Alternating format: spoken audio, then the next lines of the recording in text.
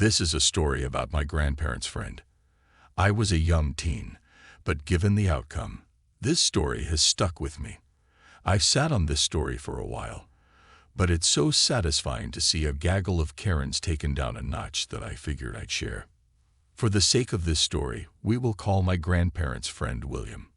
Now, my grandparents knew William from way back. My grandmother knew him from school, and my grandfather met him after marrying my grandmother. Anyways, in the 60s, Grandma was a manager at the 7-Elevens. William led a crew that went there every day. It was the only gas station in a 30-minute radius, so everyone knew everyone in that sleepy coastal town kind of way. Now, one day William was doing a job down on the waterfront and slipped, fell, and broke his back. While he was healing from the operation, and was broke as a joke, my grandma would always make sure send him something to eat, the cheap pay for when the crew would come in to grab their snacks and gas up, knowing William would simply skip the meal to save the money for his own family. My grandpa also took him to several doctor apps, since William couldn't drive for a while, and his tiny little wife couldn't wrangle him into a car by herself. William never forgot that. 20 years later, when he sold off his now very successful business and was a millionaire about 20 times over, he promptly told 90% of the world to go to hell, but kept those that had always been there for him close. Meanwhile, he never moved from the house that he'd had since before he was rich. His only concessions to his wealth were trips with his wife to see the world and buying up quite a few acres of the forested land around him. If you weren't his friend, you take him for every other blue-collar worker in the town. There was absolutely nothing obvious to show that he was worth tens of millions of dollars. After his wife died in the 90s, William decided to take up a new hobby. As he lived outside of the city limits, he set up a sawmill and woodworking shop, got all the proper permits and everything. The saws were in a big old enclosed building in the middle of all that land, so in all honesty, so no harm, no foul. Right. Wrong. The family that owned the forest behind William's land had just sold it to developers. Thus, the new luxury-gated neighborhood, the first in the area, was born. Enter a plethora of Chads and Karens who were mostly from up north and had moved down south to take advantage of the better weather and the nearby beach. It didn't take long before they decided to take offense to his little business venture on the other side of the 10-foot-tall wall of their neighborhood because it didn't fit with the image of their community. You know, the community he was decidedly not a part of. So, they sued him. Didn't even try to start a dialogue with him, just up and sued him. William was livid. He was your typical coastal redneck, and he would be damn NED if those damn Yankees told him what to do on his own property that was not within city limits nor located in an HOA. William countered with professional noise studies that showed that some of the kids in that neighborhood drove vehicles that made more ambient noise than his little operation. Nope, the people in the neighborhood simply threw more money at the lawyers to continue on with the lawsuit. Essentially, their plan was to bleed him dry. Their lawyers, who were not locals, actually told William's lawyer that he should probably advise his client to close the shop so that he wouldn't end up bankrupt due to the resources being thrown at him from the homeowners. Due to the relatively modest surroundings of his home, the neighbors nor their lawyers had any idea the man was actually richer than just about all of them put together. All they saw was an older dude who drove a beat-up 80s model truck and wore Dickies jeans and work shirts that lived in what appeared to be a relatively modest home, especially compared to their McMansions. When William's lawyer told him about that conversation, William lost his fucking mind. I clearly remember his screeching into my parents' driveway in that old work truck, cussing up a storm and ranting and raving before he even got in the house. He came to our house. Why? Because my grandmother, bless her heart, was known as one of the most giving people in the world. Unless you pissed her off, if you hurt her or someone she cared for, she became one of the most vindictive assholes that could be found in that town. I am not kidding when I say that her ability for revenge served cold was legendary amongst the locals. So William had come to the house for a dose of her deviousness. Us kids weren't allowed inside during that conversation, but after he left that day, I later heard the adults talking about how he proceeded to hire quite a few private investigators to see if there would be any dirt to dig up on them. By them, I mean the dozens of people in that neighborhood that were a part of that lawsuit. Lo and behold, there was apparently copious amounts of dirt to be had. I still remember him positively crowing about it to my grandparents one fine summer day months later. That 60-something-year-old man was as gleeful as the proverbial kid on Christmas morning. Why? Because after he learned what his little private army dug up, he started making some phone calls to various acquaintances in high places. The ensuing fallout meant that the lawsuit was dropped. There was quite a list of misdeeds that were discovered, but the ones that I heard talked about by the adults that stick out are: there were more than a handful of individuals that owed back child support. William very helpfully had the private investigators provide the mother's updated address and employment information so that they could pursue said child support/garnishment if they wanted to. On top of that, the IRS became very interested in several of those people, as well as various other neighbors. Finally, one household ended up in prison because the investigators realized that they were drug dealers.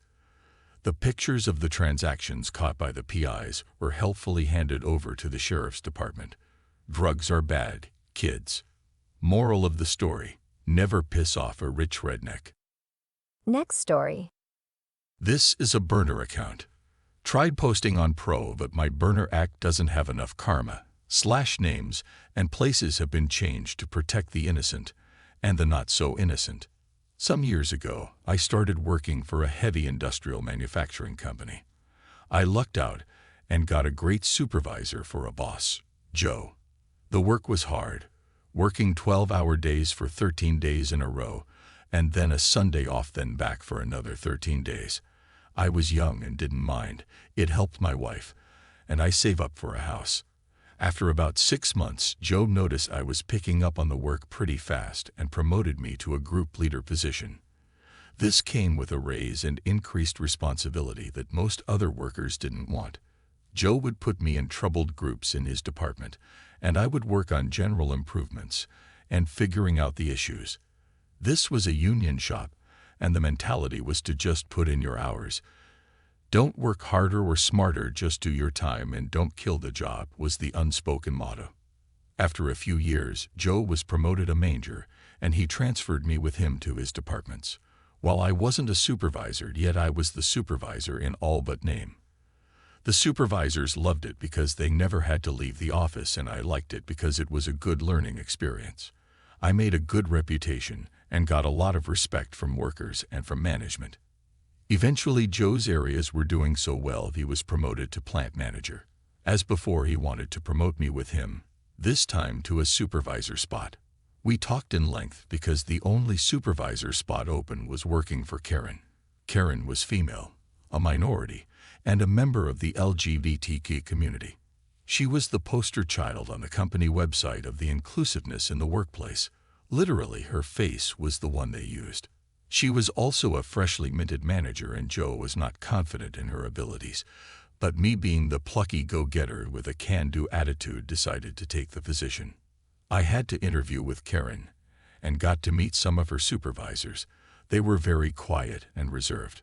Once I was promoted, I worked in tandem with another supervisor, Chris. Chris was young, had one small child, and his wife was pregnant, and a stay-at-home mom. During the first week, everything was going well. I was learning all the employees, getting to know the process, and getting my feeling for the area. During the second week, Chris's wife went into labor, and she had a hard time. Chris went on paternity leave for 6 weeks, and I was tossed into the deep end in charge of the whole area solo, with 60 employees. I was barely treading water, but I was doing my best. When I would ask Karen for guidance or assistance, she would scoff like it was beneath her and tell me, "If I have to do your job, then I don't need you." So I gritted my teeth and worked my tail off. My wife got me a smart watch, and I was averaging 25,000 steps a day, trying to keep everything running. We were holding our own, and employees all did what they could to help, as the situation was not ideal for everyone. A few weeks and I was reviewing some quality documents, and I noticed that one of the quality gates was not being followed. I emailed the info to the quality engineers, and they lost their minds. This was a 4-hour operation on a 20-hour part that we were skipping entirely. Turns out one of the reasons Karen got promoted was because she was running her depth so efficiently. Then it came to light that she made the decision to skip this quality process, saving that 20% of time.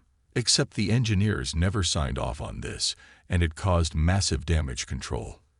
The process had to be reinstated, and the parts that were never checked had to have warranty extensions. This caused the company to have egg on their face and Karen to look bad. During this time, Karen also became more vindictive. She would openly tell people she would never be fired and could do what she wanted. She would walk the departments, and if she didn't like someone, she would make the supervisors write them up by the end of the day. She wanted us to find a reason, and if we didn't, she would take it out on the supervisors.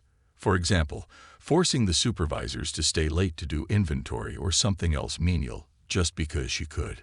She would not let the supervisors make any decisions until she approved.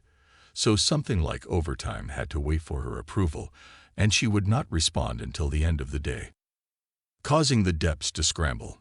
Then if there weren't enough overtime employees to do the work, she would blame it on the supervisors. While the supervisors knew this wasn't right, we all needed our job and tried to do the best we could for Karen and the employees. We were mainly rodeo clowns to Karen being the bull. The first day, Chris was back him, and I were both pulled into Karen's office. She started berating me on how poor of a job I was doing, making her look bad, and how I never came to her for help. This made me speechless because of the previous comments she made and the fact that supervisor work was beneath her. After the meeting, I was still a bit stunned, but I put it together that she was about to railroad me out of the company, and this was the first step. I called Joe and asked for a meeting that same day. When I got together with Joe, I started telling him about the things that were going on that he had no idea: the harassment, the abuse, the vindictive nature. Ironically, while I was speaking with him, another supervisor called him to complain about Karen as well with the same grievances. Joe was stunned and said he would speak with Karen, but he gave me carte blanche on any open spot in the company starting next day. He really didn't want to lose me. I did a lateral transfer to a different department doing engineering/at work, and I thought that was the end of it. A few weeks later, I was leaving work, and Karen mentioned that I never turned in my laptop and phone to her. I told her I didn't know I had to, but that I could give it to her tomorrow. She smirked and said she would get it back soon enough. I didn't think too much of it at the time. After about 6 months, I had my review with my new boss, Jake. The review went great. He was very happy with my work and was a bit surprised at how fast I picked up things. At the end of the meeting, Jake mentioned offhand how Karen tried to intervene in the review and get me fired, but Joe stepped in and squashed it. "Oh, Karen, now you PSSD me OFF." After I left Karen's debt, the turnover rate went through the roof. The supervisors were quitting at a rate of 1 every 3 months. Keep in mind that this is a legacy company that had multi-generations working. Fathers, mothers, sons, entire families. Some areas had 3 generations working side by side, and yet Karen was rolling over employees and supervisors like a steamroller. Working for her became the kiss of death. I casually mentioned to Joe about the turnover, and he told me he couldn't figure out what was going on. People were quitting without notice, and no one was doing exit interviews. I told Joe that Karen was writing people up to force them out. When they would hand her the resignation letter or 2 weeks' notice, she would tell them to leave immediately and throw away the letter.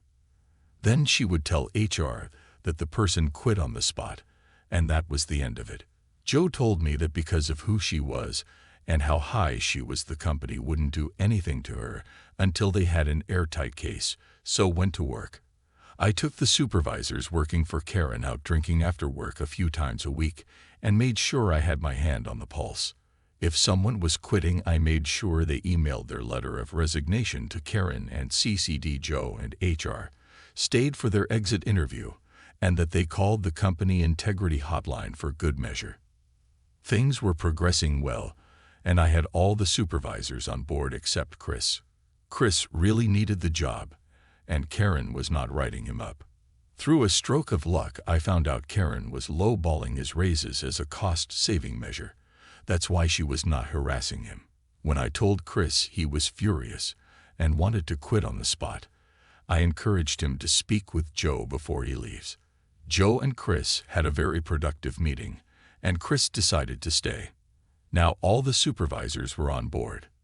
Joe brought in an HR bigwig from the headquarters in Kansas, and over the course of a week, each supervisor was sent in for an interview discreetly without Karen knowing. By the time the interviews were over, they had emails, texts, eyewitnesses, and a mountain of evidence. This next part I heard from other people, HR, Joe, etc. Despite everything, the company wanted to keep this quiet, so they brought in Karen and said they no longer needed her and offered a very generous severance package. Karen, being Karen, lost it on the HR people. She threatened to sue for discrimination and even called a lawyer. That's when the company pulled out the stack of evidence and rescinded the severance offer. After a few months, Karen found a new job as a plant manager in a different factory, and I found out where. I casually mentioned to the union reps at my factory, where Karen was working, and suggested that maybe they should give the union at the other factory a call. She was fired within 3 months for employee harassment. Last I heard, she had to sell her house and move out of state to find a job.